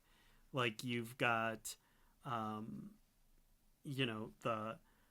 I think Mandalorian completely like changed the game for what Star Wars music could be. You've got the Illuminati Hotties rock song in Ahsoka. You've got this dance music EDM that's happening in Andor, in addition to like the like the R&B jazz and 50s kitsch and stuff that are in other parts of this show. And yeah, it's wild how much Star Wars soundtracks have changed since specifically I would say the Disney Plus era is when we started seeing it, more experimentation, and I love it because it always felt like, obviously John Williams Star Wars scores are probably like the greatest movie music of all time, but like when you had to play in those in in between those lines, you just got so much stuff. We would see it in video games and you know cartoons and everything where it's like, okay, well, this is like John Williams at home versions of the music, and it felt like composers were like trapped in this box of like trying to do something that sounds Star Warsy, and but like didn't really have much freedom to there. And now like these are the most emboldened composers in Star Wars history, and it's so cool to see it week after week. Yeah, for sure. Real quick before we wrap up on Chandrilla, I want to talk about Tay or not Tay, Val and Cinta. Um, you know, Mm-hmm. like Val is featured throughout the scenes on Chandrilla, but in more of a minor way, I'd say. I'm sure we're going to see more of her as the season progresses. She obviously is pretty, I would say, frustrated and annoyed and irritated by the Chandrillan kind of like traditions and ceremonies and all that stuff, and the whole arranged wedding thing. But also Mm-hmm. she's frustrated because Cinta is, like she wants obviously more connection and more time with Cinta, and she wants Cinta to want those things. And Cinta to me seems like she is just consumed by anger and hatred, and just she is consumed by wanting to, I guess, fight back against the Empire who, killed her family. Mm-hmm. But yeah, so that's definitely there. Like, I feel really bad for Val, who seems, pretty sad and heartbroken about the lack of, connection between her and Cinta. Um, but also I was like, damn, hardcore. Like when Cinta is the driver who's driving Tay Kolma away, because um, in season one, I saw her stick a knife into a dude and like just like like lift him up off the Yeah. ground with that knife. Like she will mess a dude up. So it's not going to be good for old Tay Kolma there. Mm-hmm. Yeah, and I mean that's like their relationship is so fascinating and just so well done. Where the whole line, and unfortunately I have to paraphrase because I don't know it exactly, but it's like the cause gets the most of us, and then we get what's left. I think is just so phenomenal, and that's truly where Cinta is coming from. Like she is wholly devoted to the cause. That is her life's work, and she she likes Val, and she it wants to be in a relationship with her to a degree, but again, the cause comes first, and we get what's left. Yeah, but I also think that that's what Cinta says to make it sound less unhealthy than it is, because it's not just that she's like a workaholic and devoted to the cause. Like she is devoted to like pure hatred. Like she is like I think like emotionally like completely stuck in a very dark place, in terms of just like I don't know. She seems driven by hate, like in a way that somebody like Bix or even Cassian, they don't seem like they're so driven by hate. Hmm. Maybe. I don't know. I don't like totally feel that from her. I think she's just like she's very much like Luthen and just willing to do whatever it takes.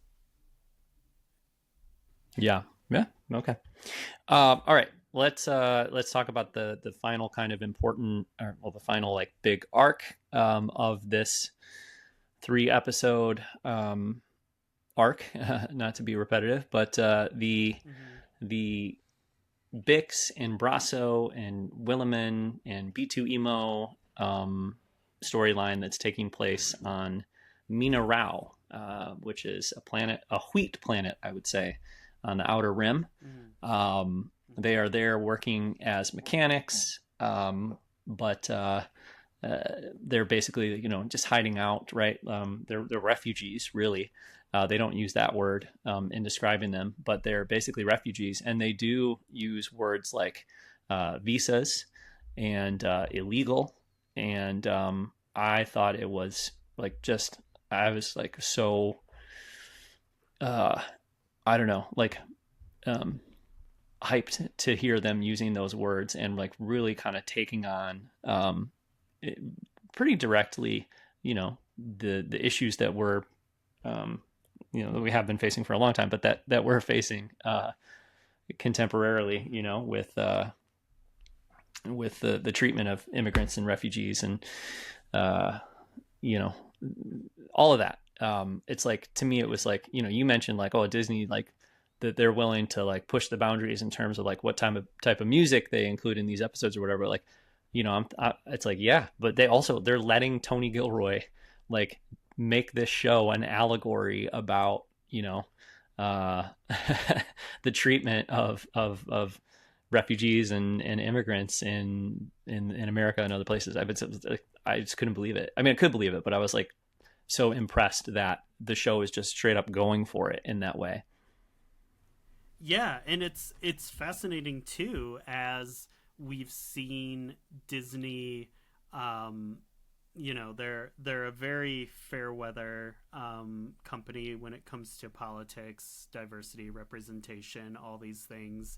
They know, they just kind of follow whatever the whichever way the financial wind is blowing, in their willingness to engage with greater issues and challenging issues. And we've seen them like back down from a lot of things that they were once proudly waving a flag for, especially in the animation side of things.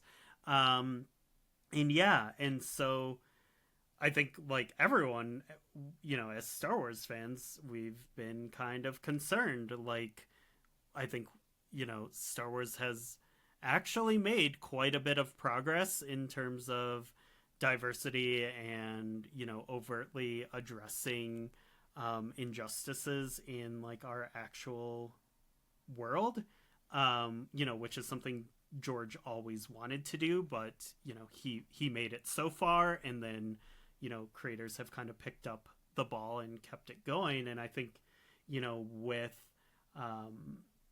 modern republicanism, MAGA, Trump administration, like really trying to bully that stuff out of companies, and companies just like really quickly bending over to not just drop that stuff so quickly, whether it be Target or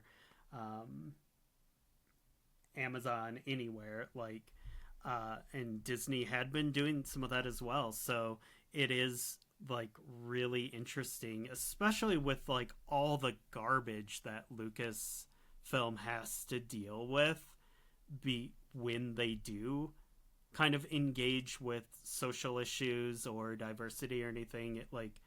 It brings out like the absolute worst nerds on the planet to and who harass and everything.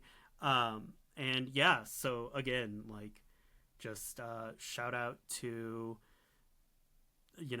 Tony for pushing for this stuff, and and credit where credit's due, Disney for letting it air. Yeah, and like to be clear, like I don't think they deserve the credit for the statement or for tackling these issues or whatever. I think like maybe Lucasfilm, definitely Tony Gilroy and the people creating the show of Andor, like they deserve the credit. And they're the ones that are kind of making this bold choice or whatever. But it's just a lot of like, and I say these kinds of things too, but it's just there's a belief that we all have about sort of what Star Wars can and cannot do as a subsidiary of Disney, and like, well, Disney won't let that happen, or they won't you can't do it in a Disney show. Like people almost talk about it as if like if Disney hadn't bought Star Wars would be like rated R all of a sudden, or there'd be all kinds of, you know what I mean? Like it would be pushing all these boundaries in all these different ways or whatever, and more cool and grown up, or I don't know what people think, but like the Disney Star Wars is definitely a pejorative, right? And so like I don't need to like try to defend the corporation or like their behavior or actions or whatever, but I do think that this is pretty strong evidence that like Disney Star Wars can be just as whatever you want it to be as other kind, a Star Wars that isn't owned by Disney. Like they're not being censored very much, or they're not really being censored at all. You know what I mean? In terms of what they're doing here. So I think that's pretty cool. And it's just like,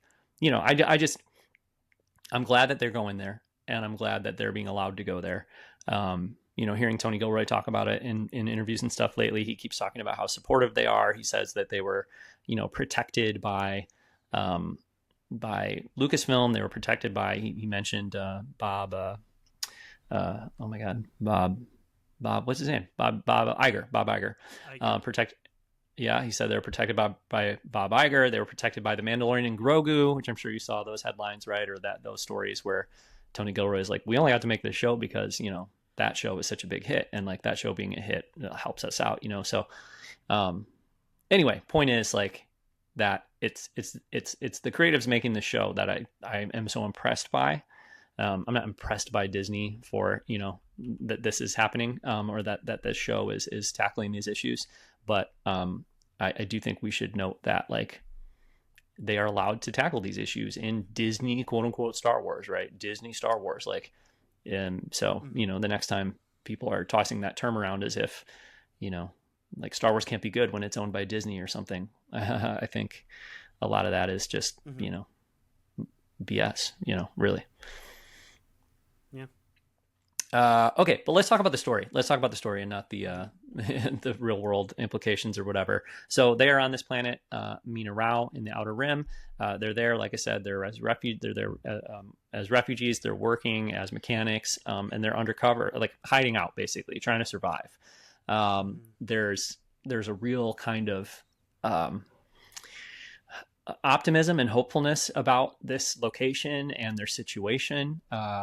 In the second or the third episode, B2 is playing with the other droids, and he's like, you hear B2 say, "We're getting away. They'll never catch us now." Like just having fun, like playing.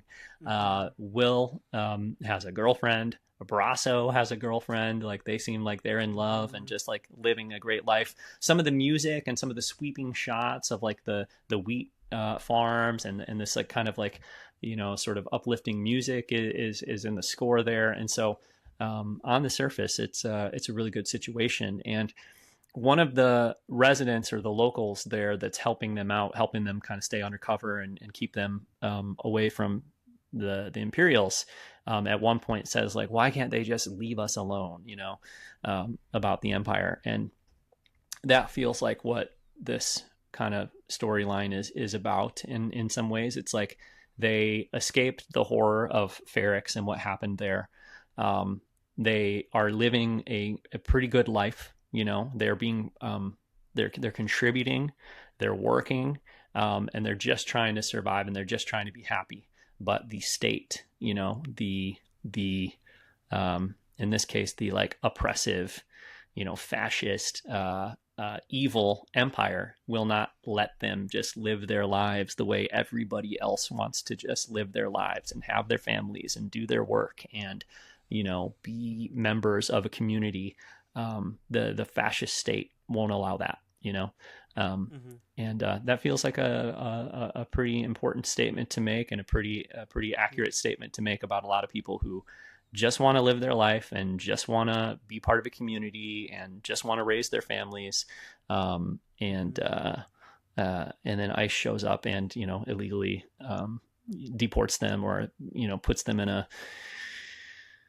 prison somewhere, and ignores the law, whatever. Anyway, it feels like a pretty important statement, and that feels like what the show is wanting to establish here is that these characters that we know have done everything they can to just kind of live their lives, and the Empire won't let that happen. Yeah. So anyway, the tension rises as the Imperials like are getting closer and closer to checking on them. They end up having to like pack up. They are trying to make a run for it, and as they are doing that, they they're not successful. Brasso gets caught by a stormtrooper as he's trying to get Will back because Will went to go meet up with his girlfriend, which he shouldn't have done because they had to leave. So he gets caught by a stormtrooper, and in a very shocking and powerful scene, Bix is cornered by one of the officers who had shown interest in her in the previous episode. He corners her, asks her where her husband is, and propositions her. Basically, I know you're illegal, he says, which in its own, like just on its own, is like a I think like a really dark and but also very powerful statement. Like you're illegal, like to call a person illegal. I think that's intentional, right? But that's part of this dialogue and part of the show. Um, he also says that the help there, the people working on those farms are undocumented. Again, like this is intentional to use this exact language that that we use in our world, right? Um, but anyway, he basically propositions her and tells her like that can go away. You know, it's a simple choice, he tells her, as he's like pushing himself on her. Yeah. And yeah, he attempts to rape her, and those are the words that, or that is the word that Bix uses later on. So he attempts to rape her. It is violent. It is a prolonged fight between them. She screams, "I told you no" at him. It is, I mean, like it's very clear what's happening there. And yeah, like we were talking about in our chat group, and I was saying to some of our friends who have younger kids who I don't know if they watch, I guess they don't watch the show, it seems like, but like, man, you want to, I didn't want to tell them what happens, but it's like you want to know that this is like on another level from really the intensity of anything we've seen in a Star Wars story before, I think. Mm-hmm. Yeah. And I think the way this scene plays out is just it's really difficult. It's really hard to watch. And like when she she gets some hits in, she uses her resources, the tools nearby to kind of get him away from her, and I think she catches him off guard a few times and is able to just do what it takes to get him off of her. He screams, and then the other Imperial who kind of brought him out there is like, oh, something's going on here, and like starts coming towards the building to investigate, and this Imperial stumbles out because Bix has nailed him in the head with some sort of metal tool, and he stumbles out and just like falls, smacks his head, and just dies right there, right outside of the building. And then this other Imperial is like, okay, you need to come out now.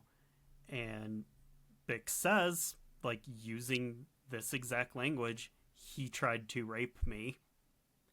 And then the other Imperial is like, he's dead now. Mm-hmm. And and this Imperial is not being terribly aggressive or threatening, and is like, well, that guy who did that, he's dead now, just time to come out.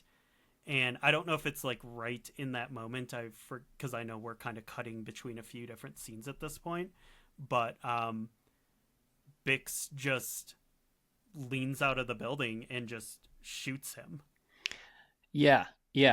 Will shows up and like shoots at the guy first, or maybe if he doesn't shoot at him, he does something that distracts the Yeah. guy, and then Bix, shoots him.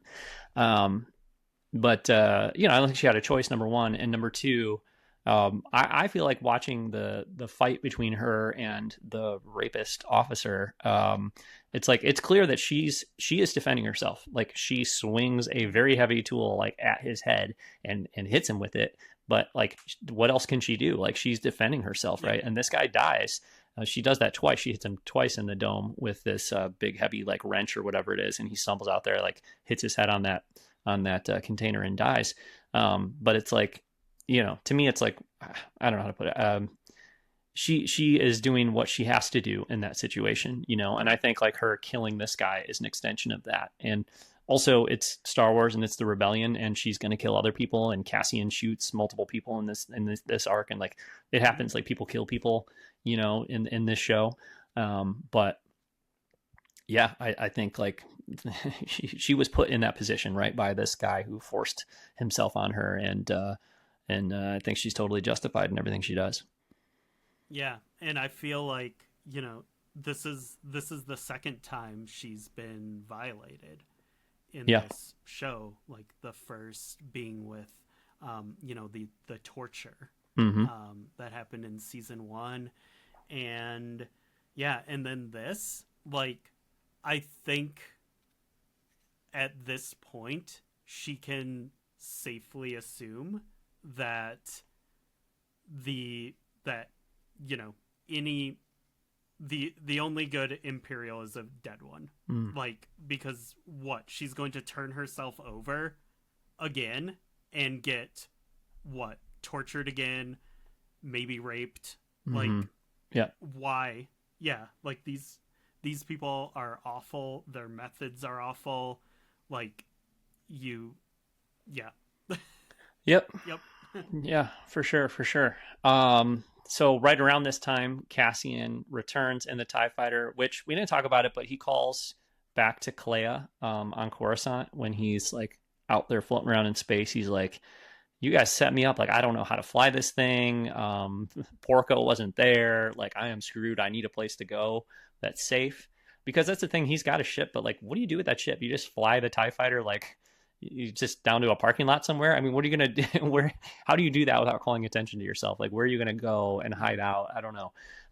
But anyway, she's like, well, and he tells her, I need to communicate with Bix and Brasso or whoever. And she's like, no, you can't call home. She can't tell him why, because she's like, I don't know what's going on there. And like, he's like, okay, punch it, like into hyperspace. Like he's going straight there, which is awesome. And, and he gets there and completely like, it's awesome. He like, and it's like almost video gamey or something. Like I've never seen it. Maybe a little bit in the sequel trilogy, but like the little target things pop up like on the guys he's on the stormtroopers he's like firing on. So it's extremely video gamey. It's something that I've played like 3 Call of Duty games in my life, and one of them that I played definitely did this exact thing. Modern Warfare. And it's very video gamey. But I do just want to real quick, we're so short on time, but shout out to Clea, one of like the low-key best characters, just constantly giving A+ performances. And she's not like a major character, but this part where she's like, nope, don't go home. Home is busy right now. It's too crowded.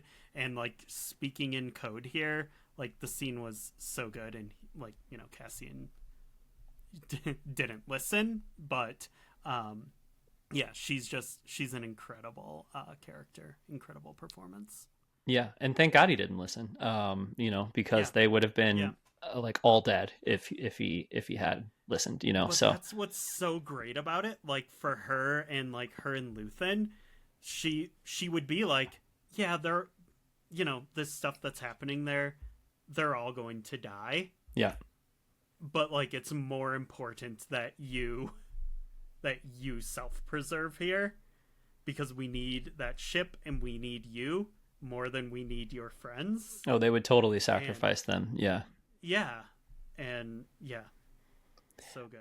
Which I hope it's not the case, but it makes me wonder, like, will Cassian get to a point where he's that cold by the end of the season, going into Rogue One? You know, because like he is pretty cold, you know, at the start of Rogue One. Yeah. So Yes. I yeah, mean, and I think the answer is yes. yeah, yeah. Because, Rogue One is like the story of him kind of coming back to humanity.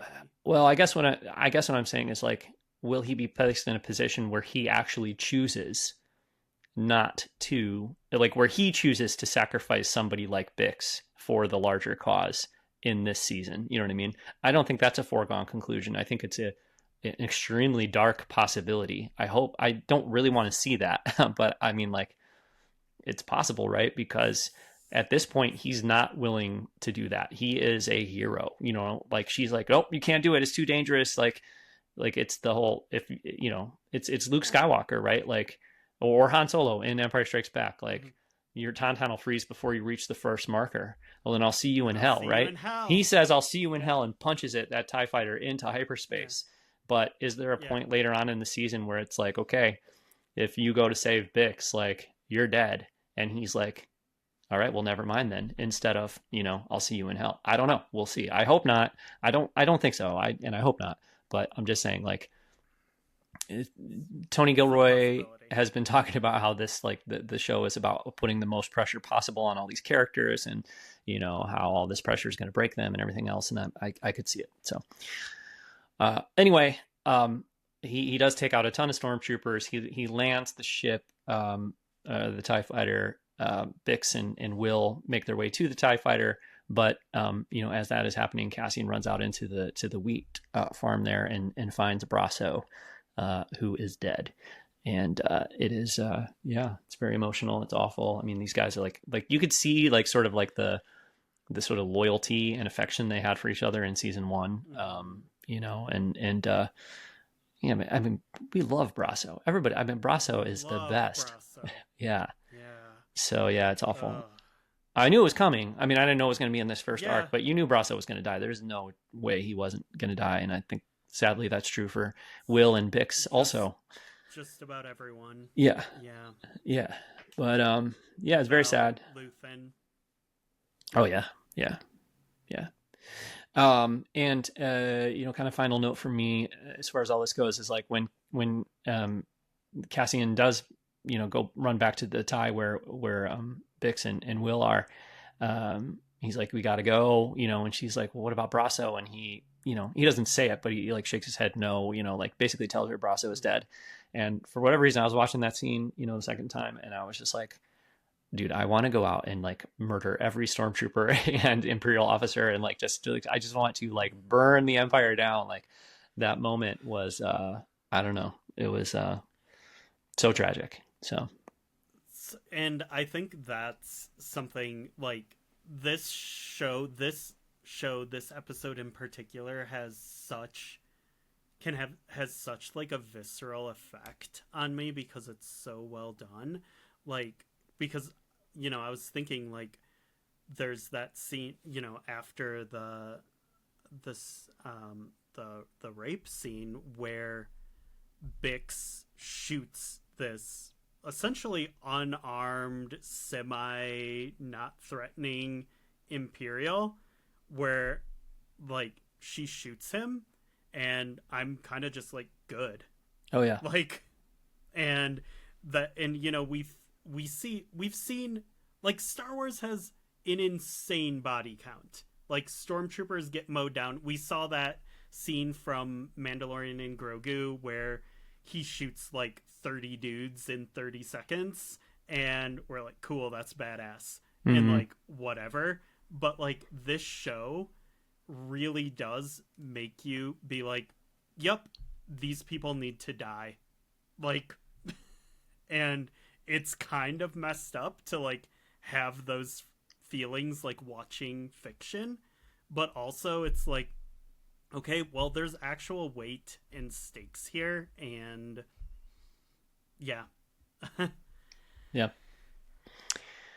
All right. Well, Ryan, I think we are at about that time where we should wrap the show up here. I absolutely love the first three episodes. You know, kind of as I said, the first Mm-hmm. two, I feel like they build to the third one, and viewed on their Yes. own for the first time. I liked them a lot, but I had some questions. But you know, kind of now having seen the whole three arc run, I think all three Mm-hmm. episodes are really great. They are to be viewed as one kind of whole arc Mm-hmm. of the show, and they are incredible. The third one is, you know, like on another level, and it's Yeah. brilliant, brilliant stuff. And I think they are just getting started and kind of firing up the show for its second and final run here. So cannot wait for Tuesday. No idea kind of Mm-hmm. what we're gonna be looking at. We know that it's gonna jump forward about a year, so that Mm-hmm. will be pretty intriguing, and I cannot wait. But yeah, do you have any final thoughts on these first three episodes before we wrap up here? No, just what an amazing accomplishment. And again, like I get it. I know there's like Star Wars is for 12-year-olds and like you know, everything like I don't want Star Wars to be all grimdark or whatever and mature, but like Tony Gilroy was like saying the same thing in, you know, interviews this week, and he's like, it's cool we have Mandalorian and Skeleton Crew. Like that's Star Wars, but like we are also doing our thing. Yeah, And I think like the I hope this means that people like Tony Gilroy are going to be able to continue to do their thing. And, you know, part of what makes the maturity and complexity of Andor work is because it is extremely well done. Like, it is, the art is perfection. And I do think, like, in the hands of a lesser showrunner, these some of the ideas in this show could have actually been extremely like cringeworthy and bad. But I think, you know, the execution here is just so strong. I do feel like episode 3 in particular, I don't, you know, want to be hyperbolic about it or anything. It does feel like a turning point in what Star Wars could be in many ways, and some people are, I think, going to push back on that very strongly. And then, but for me, like, you know, we can still have Skeleton Crew and, you know, Darth Maul cartoons and stuff, and you know that can, and there can still be toys in the toy aisle at Target, like, but also like I'm very grateful that this show exists and has the autonomy that it does. Um, yeah, just very appreciative, I guess, is what I'm feeling. all right. Well, on that note, let's wrap up the show. We will be back next week, of course, with our look at episodes 4, 5, and 6 of Andor season 2. Until then, you can find all of our previous shows, posts, videos, etc. at blockaderunnerpodcast.com. Follow the show on Blue Sky, where we are most active, and you can message us, blockaderunnerpodcast at gmail.com, or join our Discord, and we'll have a link for that in the show notes. Ryan, where can listeners find you if they want to follow your I'm online escapades? Yeah, I'm on Blue Sky, Standard Issue Computing, and DVD menus. All right, cool. Well, thanks for listening, and we'll be back next week with another episode of the Blockade Runner Podcast.